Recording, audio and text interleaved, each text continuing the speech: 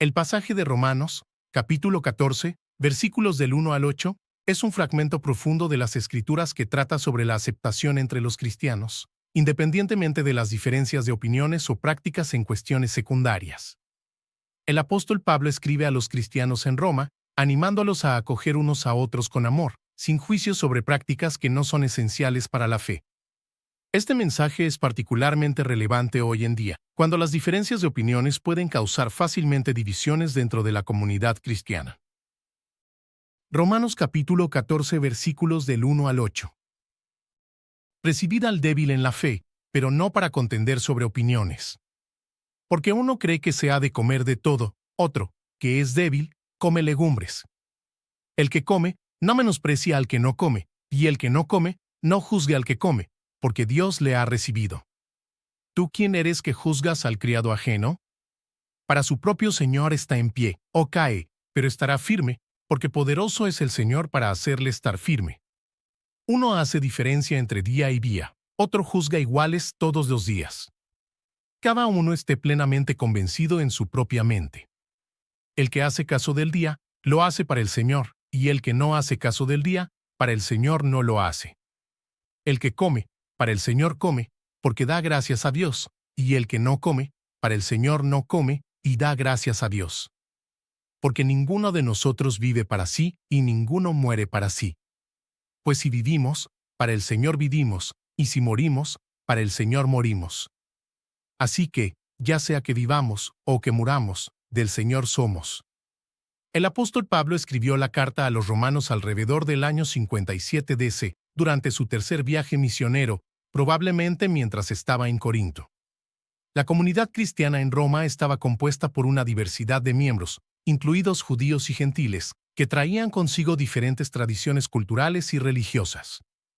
Estas diferencias crearon tensiones dentro de la iglesia, especialmente en relación con la observancia de ciertos días y prácticas alimentarias. Los cristianos judíos todavía observaban algunas de las tradiciones de la ley mosaica, como la abstinencia de ciertos alimentos y la observancia de días sagrados específicos. Por otro lado, los gentiles, que no tenían este historial, veían muchas de estas prácticas como innecesarias, ya que Cristo había cumplido la ley. Pablo, consciente de estas tensiones, escribió para instruir a los cristianos a no juzgarse unos a otros por cuestiones que no eran esenciales para la fe en Cristo. Versículo 1. Presidid al débil en la fe, pero no para contender sobre opiniones. Aquí, Pablo hace un llamado a la aceptación y la hospitalidad entre los cristianos. El término débil en la fe se refiere a aquellos que tienen una comprensión más débil o sensible en relación con las libertades que tienen en Cristo. Él pide que estos individuos sean acogidos en la comunidad sin que sus debilidades sean motivo de contiendas o discusiones. El enfoque debe ser el amor fraternal, no las disputas sobre cuestiones que no afectan el núcleo de la fe cristiana. Versículo 2.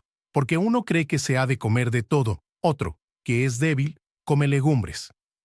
Pablo contrasta dos actitudes aquí, una persona que entiende su libertad en Cristo y cree que puede comer de todo, y otra que, por causa de su conciencia o fe débil, se restringe a comer solo legumbres. Este versículo muestra cómo las diferencias de práctica entre los cristianos no deben ser motivo de desprecio o juicio. Cada uno debe actuar conforme a su propia convicción, respetando las elecciones de los demás. Versículo 3. El que come, no menosprecia al que no come, y el que no come, no juzgue al que come, porque Dios le ha recibido. En este punto, Pablo exhorta a los cristianos a no menospreciarse o juzgarse unos a otros por sus prácticas alimentarias. La razón dada es simple, pero profunda: Dios ha aceptado a ambos. Este versículo subraya la necesidad de respetar la diversidad dentro del cuerpo de Cristo y de recordar que la aceptación de Dios no depende de estas prácticas externas, sino de la fe en Jesús. Versículo 4. ¿Tú quién eres que juzgas al criado ajeno? Para su propio Señor está en pie, o cae, pero estará firme, porque poderoso es el Señor para hacerle estar firme. Pablo recuerda a los cristianos que cada persona es sierva de Dios y que solo Él tiene derecho a juzgar a sus siervos. La confianza aquí es que Dios es capaz de sostener y mantener firme a cada uno, independientemente de sus prácticas personales. Este versículo enfatiza la soberanía de Dios sobre sus siervos y la confianza que debemos tener en Él para guiar y sostener a los demás, sin que sintamos la necesidad de juzgar o criticar. Versículo 5. Uno hace diferencia entre día y día, otro juzga iguales todos los días. Cada uno esté plenamente convencido en su propia mente. Pablo reconoce que hay diferencias de opinión en cuanto a la observancia de días sagrados. Algunos cristianos todavía consideraban ciertos días como especialmente sagrados, mientras que otros veían todos los días como iguales. Él no condena ninguna de estas visiones, sino que alienta a cada uno a seguir su propia convicción. La libertad cristiana permite esta diversidad, siempre que la práctica se haga para el Señor. Versículo 6. El que hace caso del día, lo hace para el Señor, y el que no hace caso del día, para el Señor no lo hace. El que come, para el Señor come, porque da gracias a Dios, y el que no come, para el Señor no come, y da gracias a Dios. Aquí, Pablo refuerza que, independientemente de cómo un cristiano practique su fe en cuestiones secundarias, lo importante es que lo haga con gratitud y para la gloria de Dios. Si alguien guarda ciertos días o se abstiene de ciertos alimentos, debe hacerlo como un acto de devoción al Señor. La gratitud a Dios es lo que da valor a estas prácticas. Versículo 7. Porque ninguno de nosotros vive para sí y ninguno muere para sí. Pablo nos recuerda que nuestra vida no nos pertenece, vivimos y morimos para el Señor. Cada acción, cada decisión debe ser vista a la luz de nuestra relación con Dios. Nuestra existencia está dedicada a Él, y eso debe influir en todas nuestras elecciones, incluyendo cómo tratamos a los demás. Versículo 8.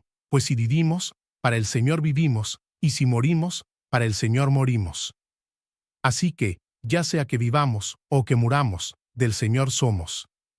Este versículo concluye la idea central de que toda nuestra vida, e incluso nuestra muerte, pertenece al Señor.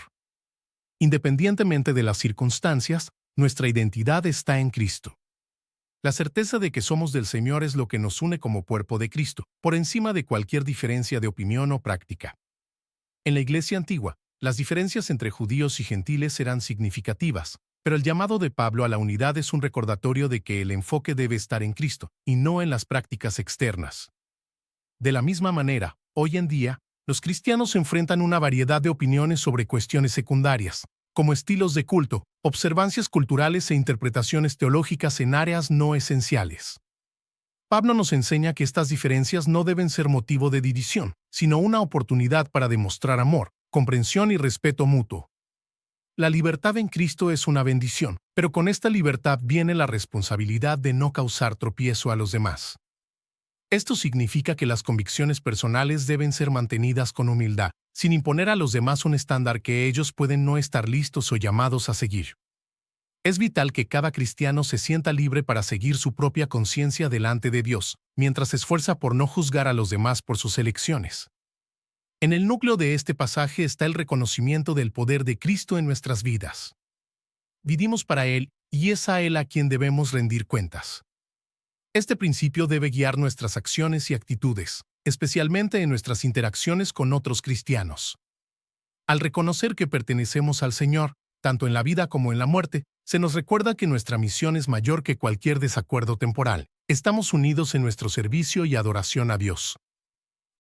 Pablo destaca que, ya sea que guardemos días específicos o comamos ciertos alimentos, lo hagamos con gratitud. La gratitud es un principio orientador que eleva nuestras prácticas diarias a actos de adoración.